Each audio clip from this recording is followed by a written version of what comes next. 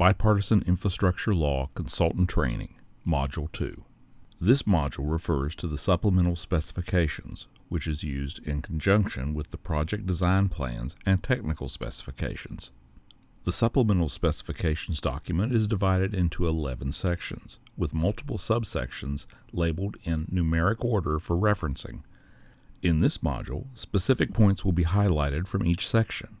However, it is critical to understand each section fully to complete the required duties on department projects. These sections are abbreviations and definitions, scope of work, control of work, warranty or guarantee period, protection of persons and property, force account work, control of materials, prosecution and progress, legal relations and responsibilities to the public, determination and extension of contract time, and payments and completion. Department references the West Virginia Department of Environmental Protection, Division of Land Restoration, Office of Abandoned Mine Lands and Reclamation Program, and will be used throughout the training modules. Consulting engineer or consultant is any individual or firm meeting the requirements of West Virginia Code 30-13-1. Who is contracted by the department to provide engineering-related services such as design, supervision, execution, repair, operation, maintenance, technology, or the creation of drawing and specifications for the project. Consultant will be used throughout the training modules. Contractor is any individual or firm, including a subcontractor, who agrees by written contract to engage in a construction project for the department. Inspector is the department's authorized consultant representative assigned to make any and all necessary inspection of the work. Section 2, Scope of Work, broadly outlines the basic expectations of how the contract will be executed, how information will be exchanged between the department, the consultant, and the contractor, how alterations of plans or work need to be handled, and how changes to the work are initiated and approved. Subsection 2.1, Pre-construction conference and project meetings, details the primary methods of exchanging information and the required attendees between the consultant, the contractor, and the department in relation to the execution and administration of the project. After a contract is awarded, a pre-construction conference is scheduled as soon as possible. The contractor or contractor's representative must attend and provide the documents outlined in this section. Once construction begins, periodic project meetings are held to discuss the project. Subsection 2.3, Alterations of plans or character of work, provides the terms upon which any increase or decrease of work will be handled. Subsection 2.9, Changes in the work, outlines what criteria an inspector can initiate work changes, how these changes are documented, the expectations for the contractor, and how the contractor will be reimbursed for the changes. Section 3 defines the roles and responsibilities for the control of work on a project site. The department is the owner of the project and is the only entity in the contract that can generate and approve a change order. It gives the final approval of pay applications and retains stop work authority for all aspects of the project. The consultant is responsible for interpreting the project plans, specifications, and permits. The consultant is also responsible for assuring the quantity, quality, and acceptability of materials, the work performed, and that the rate of progress of the work conforms to the contract. To achieve these goals, the consultant is granted the authority to suspend the work wholly or in part due to unsafe working conditions, unsuitable prosecution of the work, or any other condition deemed to be in the public interest. Consultants give initial approval of pay applications generated by the contractors before submitting them to the department for processing. Pay applications may be rejected by the department and sent back to the consultants for correction. Change orders may only be generated and approved by the department. For any decisions regarding the contract, information relative to the engineering details must be provided to the department. The inspector is in charge of inspecting the project site for non-engineering related aspects of the performance of the work. Inspectors are authorized to inspect all work being completed, as well as materials furnished, which includes but is not limited to the preparation, fabrication, manufacturing, and installation of all materials. The inspector must supply all related documentation required for payment to the department when submitting payment applications. The inspector, by order of the consultant, can suspend operations wholly or in part by verbal or written order. The contractor shall supervise and direct the work using its best skills and attention. It must comply with all the requirements of the Bipartisan Infrastructure Law funding and the Build America, Buy America Act, including providing all necessary documentation to the consultant. The contractor is responsible for all construction means, methods, techniques, and procedures, for coordinating all portions of the work, and for cooperating with department personnel and with other contractors in every way possible. The contractor shall have, as an agent, a competent superintendent always on the site who is capable of reading and thoroughly understanding the plans and specifications and thoroughly experienced in the type of work being performed. The superintendent shall receive instructions from the department, consultant, inspector, or other authorized representative of the department.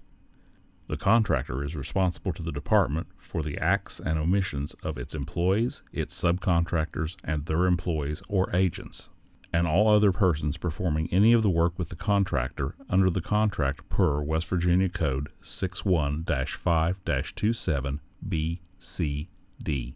All materials and each part or detail of the work is subject to inspection by the department, consultant, inspector, or any oversight agencies who shall be allowed to access all parts of the work and shall be furnished with such information and assistance by the contractor as is required to make a complete and detailed inspection.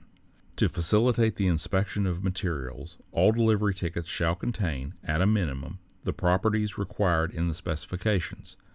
The contractor may not bury any installed components unless an inspector is present. Upon acceptance of the final payment by the contractor, a final inspection of the work will be performed. The contractor shall guarantee all materials and workmanship for 1 year from the date of the final inspection.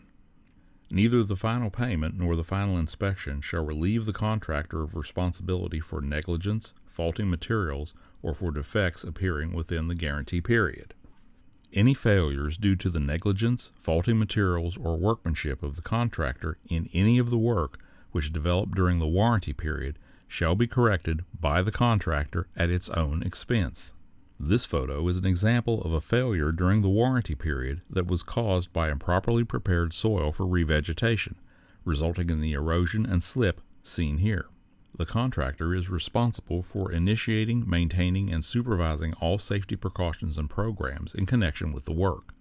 The contractor shall take all reasonable precautions for the safety of and shall provide all reasonable protection preventing damage, injury, or loss to all employees of the project, any other person who may be affected by the project, all the work, materials, and equipment, whether in storage or off-site, that is under the care, custody, or control of the contractor, its employees, or any of its subcontractors.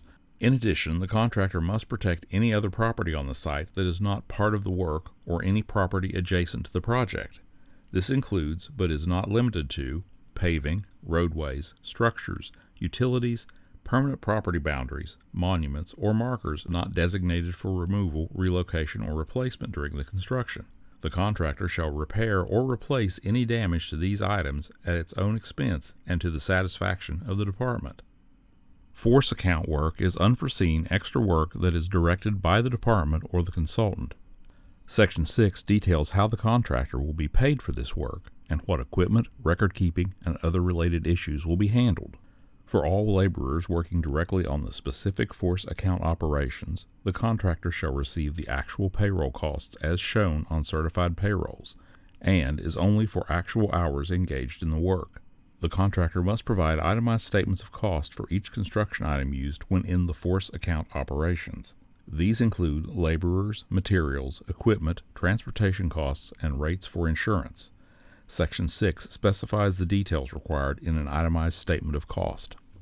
The contractor shall perform testing as required by the technical specifications or as ordered in writing by the department or consultant. The department or consultant will determine the need, location, extent, and time of any required or ordered testing. The contractor will select a department-approved testing laboratory to perform all testing for compaction, concrete, and soils. All laboratory reports must be signed by the certified technician or the professional engineer for the testing that is being completed. If testing for any materials or process fails, it will be the responsibility of the contractor to repair, replace, or reconstruct those construction items at no extra cost to the department. The contractor shall provide and maintain a quality control system for materials that conforms to all requirements of the technical specifications and is responsible for storing all materials and equipment to ensure the preservation of their quality and fitness for the work. Prior to any of the work being performed, the contractor is not permitted to subcontract, sell, transfer, assign, or otherwise dispose of the contract or any portion of the contract without written approval of the department. Only after written approval from the department can a subcontractor designate a representative to make decisions on behalf of the primary contractor. Notice to proceed is the date the department expects the contractor to begin work on a project. The notice to proceed date is used to calculate the end date of the project. The contractor is required by the Prosecution of Work Clause to provide sufficient resources, materials, equipment, labor, and incidentals to the completion of the project in accordance with the plans and specifications within the time set forth in the proposal. The contractor shall always observe, comply with, and post as required all federal, state, and local laws, ordinances, rules, and regulations, and all orders and decrees of bodies or tribunals having any jurisdiction or authority that, in any manner, affects those engaged or employed on the project, or that in any way affect the conduct of the work. The contractor shall comply with all aspects of the Federal Occupational Safety and Health Act of 1970, which was adopted by the state of West Virginia via the Division of Labor's legislative rule titled West Virginia Occupational Safety and Health Act 42 CSR 15. Any sanitary provisions, electricity or water supplied by the contractor shall be maintained in a neat and sanitary condition for the use of its employees, to comply with the requirements of state and local boards of health or other bodies having jurisdiction. The contractor is responsible for knowing and following all applicable environmental laws, rules, and regulations, specifically the provisions regarding clean water and air. The length of the contract and any terms to extend the contract time are specified in the notice to proceed. The contractor must provide a progress schedule immediately after being awarded the contract. This can be revised as needed when the conditions of work require it, subject to the department's approval. Delays can be determined to be excusable non-compensable delays or excusable compensable delays. Appropriate reasons for time extensions are discussed in subsection 10.3. The department will give notice in writing to the contractor and its surety of such delay, neglect, or default that results in a default termination of the contract. The written notice will include an explanation of how the contractor or surety can cure the delay, neglect, or default. Payments and Completion outlines the payment procedures and requirements of the department and how to complete those procedures. The contract sum is the total amount payable to the contractor for the performance of the work under the contract. It can be found in the purchase order documentation. The department can withhold payments by declining to approve an estimate or pay application to the extent necessary to protect the department from loss for the following reasons: unsatisfactory, unrepresentative, and unverified amounts and items included in the progress estimates; encumbering or holding an interest in the work, materials, or equipment so that the title cannot be passed to the department in accordance with Section 15.3. Unsatisfactory performance of the work by the contractor or any subcontractors. Failure of the contractor to pay subcontractors or for labor, materials, or equipment. Reasonable doubt that the remaining work can be completed for the unpaid balance of the contract sum. Reasonable indication that the work will not be completed within the contract time. Claims filed by third parties or reasonable evidence indicating the probable filing of such claims. Or damage to another contractor. Upon notice from the contractor that the work is ready for final inspection, the department, consultant, or inspector, as applicable, will promptly make such an inspection. The contractor's acceptance of final payment constitutes the contractor's waiver of all claims except those previously made in writing and identified by the contractor as unsettled at the time of the final pay application. However, no payment, final or otherwise, shall operate to release the contractor or its sureties from any obligation under the contract documents or the applicable bonds. Please take a moment to compile any questions about this module.